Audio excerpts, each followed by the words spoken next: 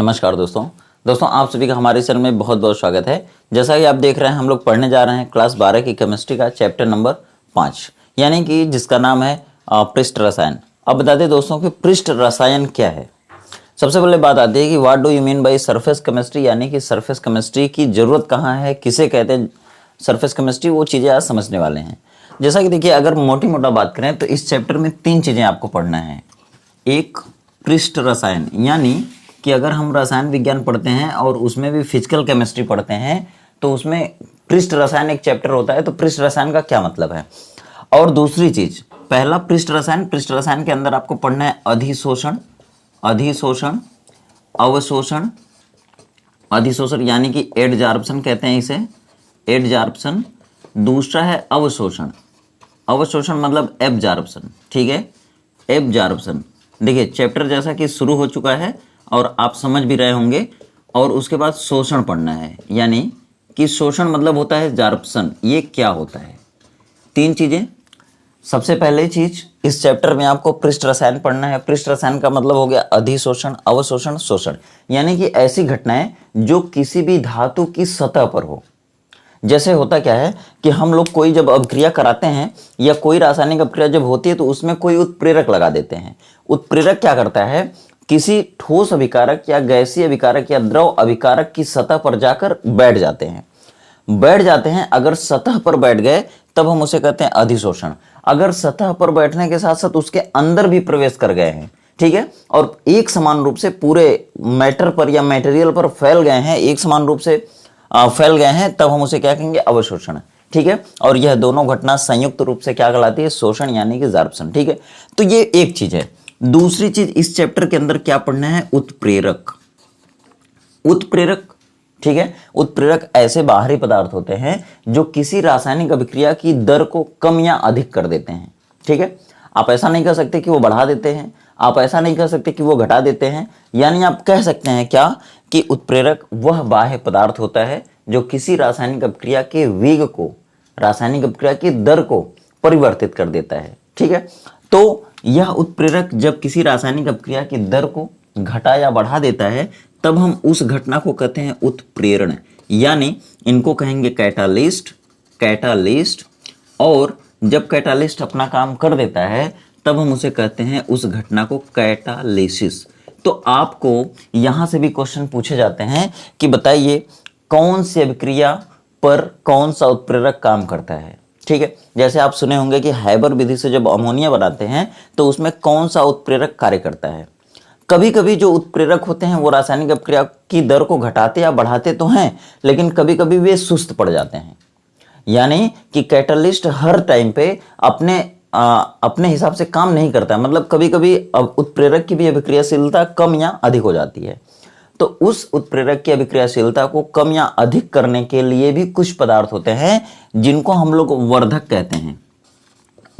कहते हैं या प्रोमोटर कहते हैं या उसके बाद संदमक भी कहते हैं। मतलब ऐसे पदार्थ जो किसी रासायनिक उत्प्रेरक की अभिक्रियाशीलता को बढ़ाते हैं उन्हें वर्धक, और जो किसी उत्प्रेरक की सक्रियता या अभिक्रियाशीलता को कम करते हैं उनको संदमक कहते हैं। और उसके बाद भी कुछ पदार्थ ऐसे होते हैं जो किसी उत्प्रेरक की अभिक्रियाशीलता को घटाते बढ़ाते नहीं बल्कि नष्ट कर देते हैं, तो उन्हें उत्प्रेरक विष कहते हैं, यानी कि कैटालिटिक पॉइजन कहते हैं, ठीक है।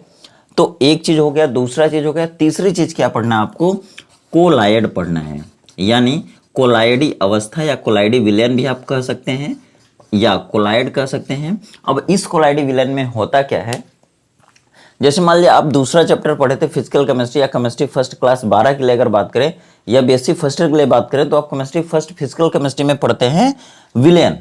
विलयन 3 तरह का होता है, एक सोल्यूशन होता है मतलब वास्तविक विलयन, एक वास्तविक विलयन होता है, दूसरा निलंबन होता था, निलंबन, और तीसरा होता था बीच की अवस्था जिसको कहते थे कोलायडी विलयन या कोलायडी अवस्था या कोलायडल सॉल्यूशन, ठीक है।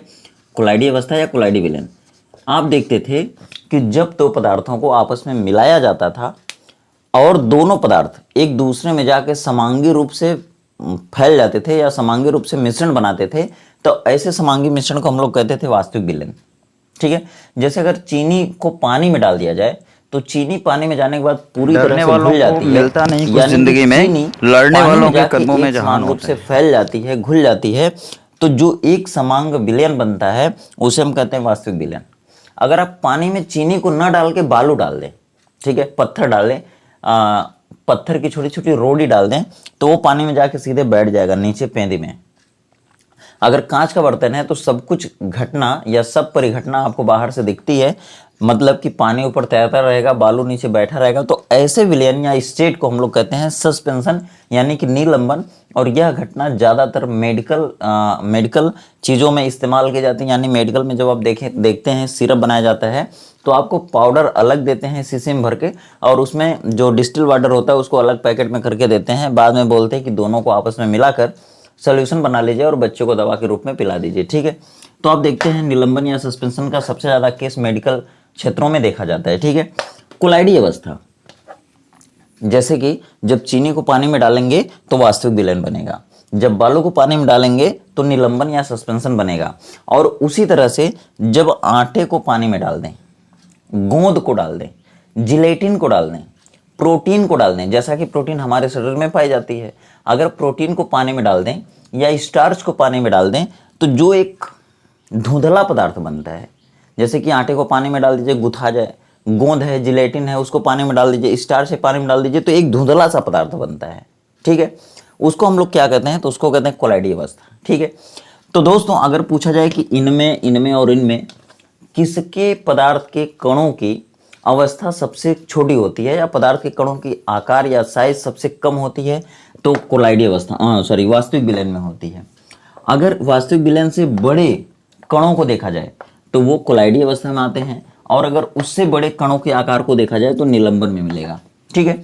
तो ये 3 चैप्टर आपको बहुत ही अच्छे से पढ़ने हैं, और इन 3 चैप्टरों को एक ही चैप्टर में करके दिया गया है। चैप्टर का नाम पृष्ठ रसायन।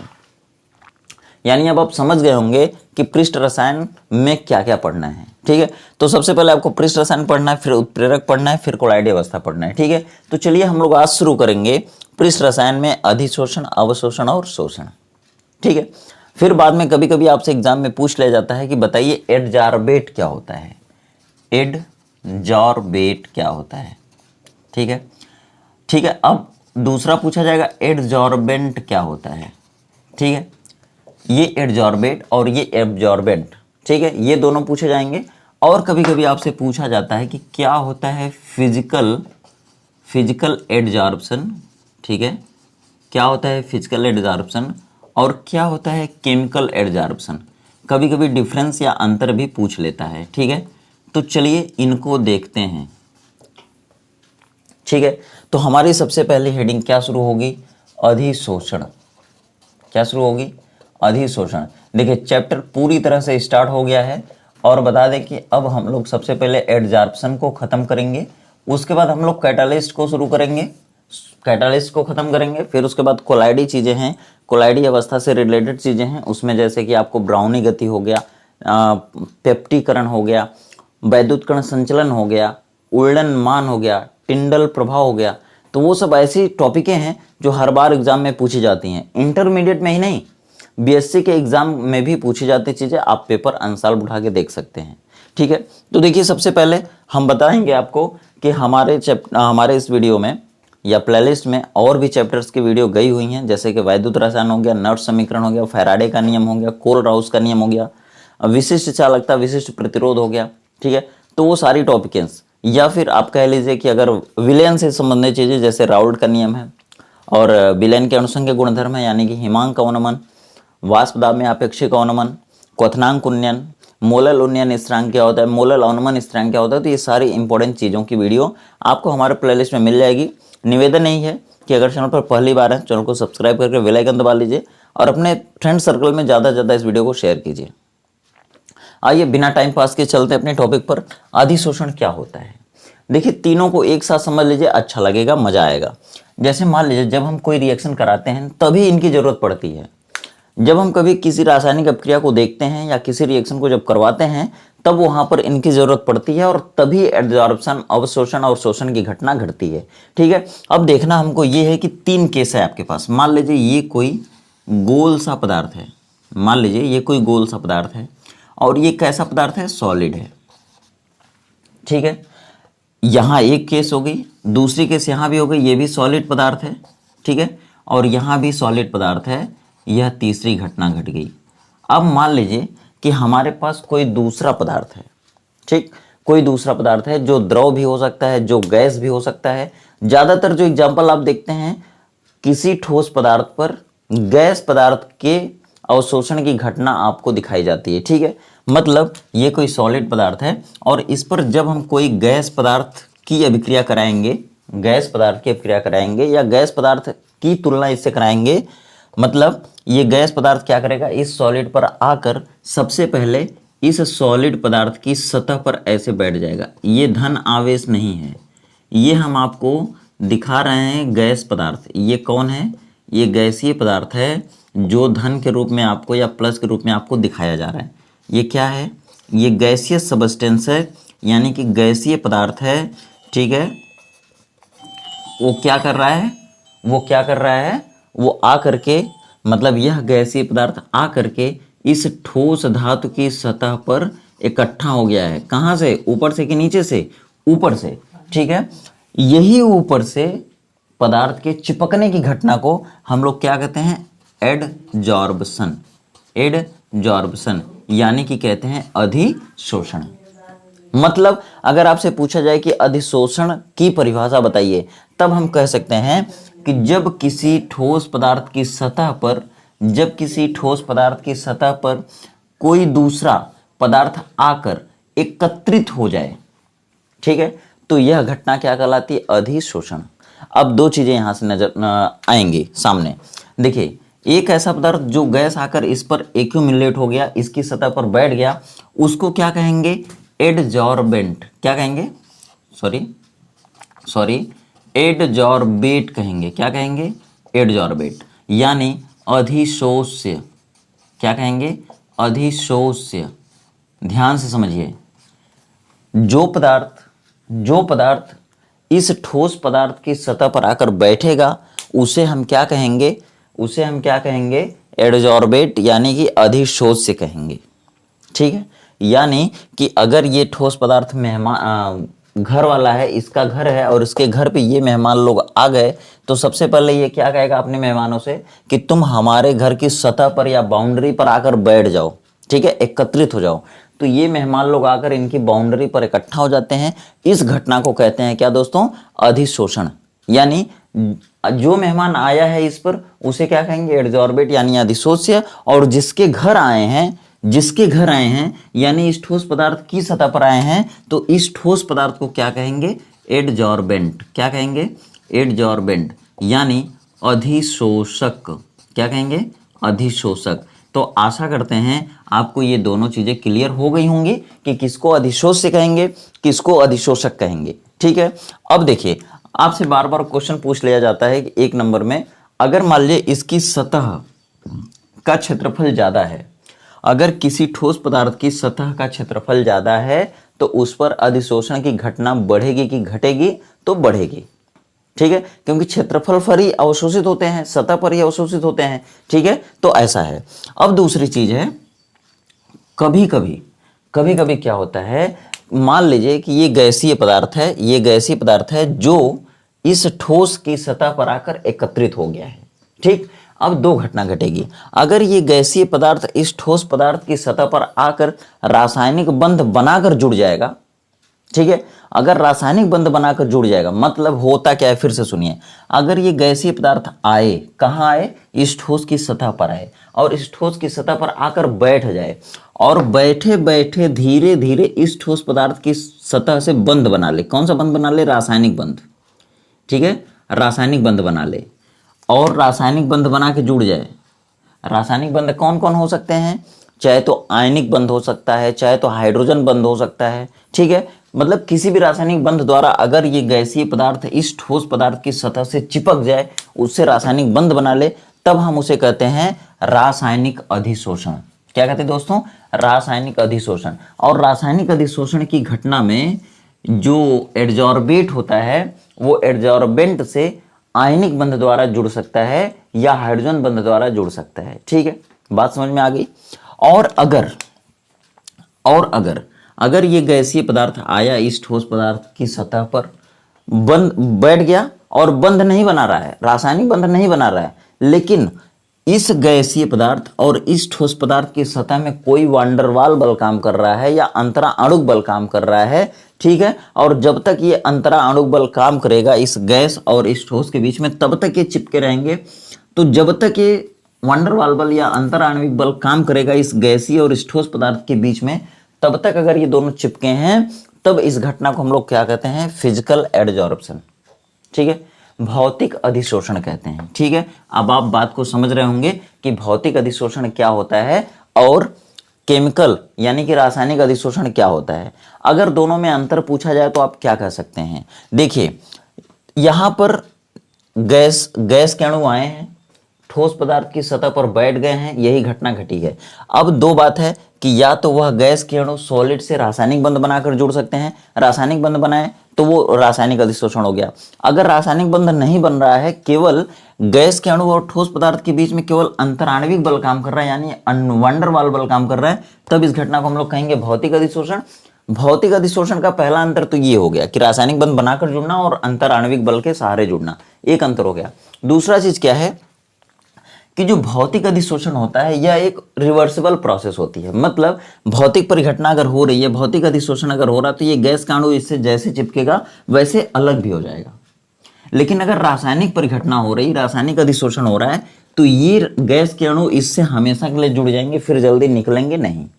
यानी हम कह सकते हैं कि जो रासायनिक अधिशोषण होता है वह एक अनुत्क्रमणीय अभिक्रिया है, ठीक है। यानी कि एक बार हो जाने के बाद दोबारा अलग नहीं होती है, दोबारा वापस नहीं आती है। ऐसी परिघटना को क्या कहते हैं, रासायनिक अधिशोषण। और भौतिक अधिशोषण का मतलब है कि जैसे जब मन करेगा गैस का अणु इससे चिपकेगा, नहीं मन करेगा तो हट जाएगा, ठीक है। ये हो गया।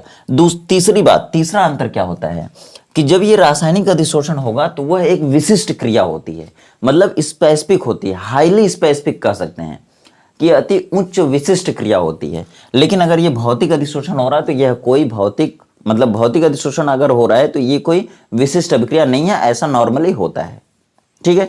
अगली बात अगर करें तो ये देखिए रासायनिक परिघटना, रासायनिक अधिशोषण की घटना ज्यादातर ताप या टेम्परेचर पर घटती है। यानी अगर हम कहें तो रासायनिक अधिशोषण की घटना प्रायः अधिक टेम्परेचर पर होती है, लेकिन भौतिक अधिशोषण की घटना में अधिक तापमान की जरूरत नहीं है। यानी हम कह सकते हैं कि अगर अधिक टेम्परेचर है, ज्यादा टेम्परेचर है, तो केमिकल एडजॉर्प्शन की घटना फेवरेबल होती है, ठीक है। और इसके लिए लो टेम्परेचर ही फेवरेबल होता है। यह हाईली स्पेसिफिक होती है, मतलब कि अति उच्च विशिष्ट होती है, और यह कम विशिष्ट होता है, ऐसा अंतर आप लिख सकते हैं, ठीक है।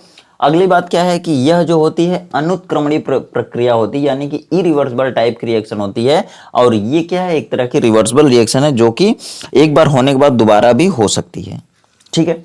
अब देखिए दोनों को होने के लिए उच्च दबाव भी काम कर सकता है, ऐसा कोई कंडीशन नहीं है कि एक के लिए कम दबाव चाहिए, कम प्रेशर चाहिए, कम दाब चाहिए, दूसरे को होने के लिए ज्यादा दाब चाहिए, ठीक ना। तो दोनों में ज्यादातर अधिक दाब की ही जरूरत होती है, या दोनों अधिक दाब पर ही होती हैं, ठीक है। तो आशा करते हैं आपको केमिकल एडजॉर्प्शन, फिजिकल एडजॉर्प्शन और एडजॉर्बेंट ये चारों चीजें अच्छे से क्लियर हो गई होंगी, ठीक है। आइए अब समझते हैं ये क्या होता है अवशोषण।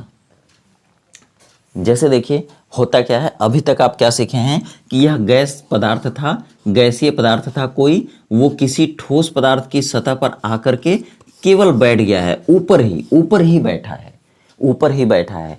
तो अगर ऊपर ही बैठेगा तब हम इसे कहेंगे अधिशोषण। अगर मान लीजिए जैसे मेहमान लोग आते हैं घर पर, तो कुछ मेहमान केवल बाहर ही बरामदे में बैठ जाते हैं, या बाहर बैठ जाते हैं, या बाहर कुर्सी लगा के कहीं भी बैठ सकते हैं, अंदर तक ना आए, तो ऐसी घटना को हम कह सकते हैं क्या, एडजॉर्प्शन, ठीक है। लेकिन वो केवल समझाने के लिए है, ठीक है, ऐसा लिखेंगे नहीं आप पेपर में। अगर जैसे कुछ मेहमान आए, घर के बाहर बैठे और कुछ घर के अंदर तक आ जाए, ठीक है, तो ये घटना क्या कहलाएगी, अवशोषण। ठीक उसी तरह से समझिएगा, अगर इस सॉलिड पदार्थ पर या ठोस पदार्थ पर कोई गैसीय पदार्थ आए और इसकी सतह पर चिपक जाए, ठीक है, और चिपकने के बाद धीरे धीरे वो अंदर तक भी आ जाए, यानी अंदर भी आ गए सब। मतलब जब कोई पदार्थ, परिभाषा सुनिए, लिखने वाली परिभाषा, जब कोई पदार्थ मतलब ये बाहरी पदार्थ, ये प्लस प्लस जो ऊपर वाले हैं, जब कोई गैसीय पदार्थ किसी ठोस पदार्थ की सतह पर एकत्रित हो और उसके बाद उस ठोस के अंदर भी एक समान रूप से चारों ओर फैल जाएं, ठीक, तो यह घटना क्या कहलाती है? अवशोषण।